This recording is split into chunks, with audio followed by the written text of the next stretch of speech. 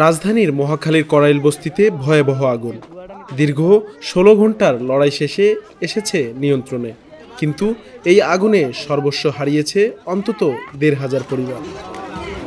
যাদের কাছে ঘর মানে ছিল নিরাপত্তা, স্মৃতি আর জীবন, তারাই আজ ঘর হারিয়ে খোলা আকাশের নিচে রাত কাটাচ্ছেন। হঠাৎ আগুনের থাবায় অনেকেই বেরিয়ে এসেছেন শুধু পরনের কাপড় আর সন্তানকে বুকে জড়িয়ে। চারদিকে শুধু হাহাকারের শব্দ। বেঁচে থাকার তাড়নায় এখনো অনেকে আঁকড়ে আছেন ধ্বংসস্তূপ। এখনো তো আইবের কোনো কথা না, একটা মালও নিতে পারছি না, একটা মাল ধরতে পারছি না। বোধহয় ফিনতে পারিস আর কানের একজোড় জিনিস হারানো গেছে। এই মাটি মাদে বলেছি যদি কোনে ডাকতে না, তাও আমরা করতে নিবার পাইছি না। আমার মাথা তো খুশি নাই কে যে আমি এখন কুম্পদে বাইরে আগুন তো করছে, আগুনটা লাগছে এই পাশে। একটু দূরাত থাকতো তাও গান্ডা গুন্ডার কিছু কাপড় চোপড় বই খাতা নিয়ে বাইরে হইতাম। যা যা ছিল সব পুরা শেষ হয়েছে, পরে আর কি করার আছে। রাস্তা আমাদের সারাই থেকে সকালে আইলাম বাসা। আগুন নেভার পরেও শেষ হয়নি ট্র্যাজেডি। ধোয়া ওঠা ধ্বংসস্তূপের মাঝে এখন চলছে কঠিন এক লড়াই। কিভাবে ফেরা যাবে পুরনো জীবনে, সেই হিসেব করছে বস্তিবাসী। কেউ খুঁজছেন একটা অক্ষত আসবাবপত্র, কেউ ভাঙা হাড়ি, কারো চোখ শুধু ছুটে যায় আগুনে পোড়া কাঠের দিকে। হয়তো এখানে ছিল আমার মেয়ের পড়ার টেবিল, হয়তো মিলবে কোনো স্মৃতি। সব হারিয়েও কেউ কেউ প্রাণপণ চেষ্টা করেছেন প্রিয় কিছু জিনিস কিংবা প্রিয় পানিটাকে বাঁচিয়ে আনার।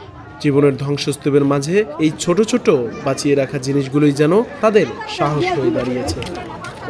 মুরগির শখ করে পালছি, তখন আগুন লাগছিল। আগুন লাগিয়ে আমরা মুরগিটি আব্বা লইয়া যেতে গেলেছিল, আরেকজন আইয়া ফালাই দিতে গেলেছিল, বুবুর জায়গা লইয়া আয়া বসে বলে যে আমার মুরগা লইয়েছেন নাকি, আমার মুরগা আনিয়া দেবেন, এখনই আমার মুরগা আনিয়া দেন।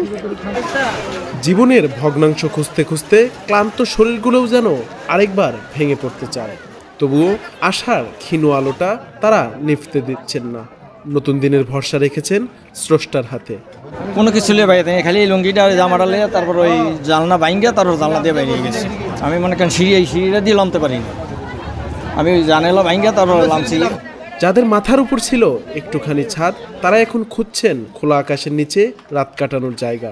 সন্তানগুলো ঘুমাবে কোথায়, এই প্রশ্নটাই এখন এক একটা পরিবারের সবচেয়ে বড় দুশ্চিন্তা। অন্যের দেয়া খাবারে চলছে দিন, কিন্তু রাত নামলেই ভর করছে একরাশ অনিশ্চয়তা। আগামীকাল কোথায় দাঁড়াবে এই মানুষগুলো? কিছুই নাই, শুধু বাঁচার চেষ্টা করছি। একথা নিয়েই কেউ গিলে ফেলছে নীরব কান্না। আশার আলো জ্বালিয়ে রেখেছে শুধু মানুষের সহযোগিতা আর মানবতার হাত। গতকাল লেগে যাওয়া আগুনে ক্ষতিগ্রস্ত হয় প্রায় ১৫০০ পরিবারের আশ্রয়স্থল।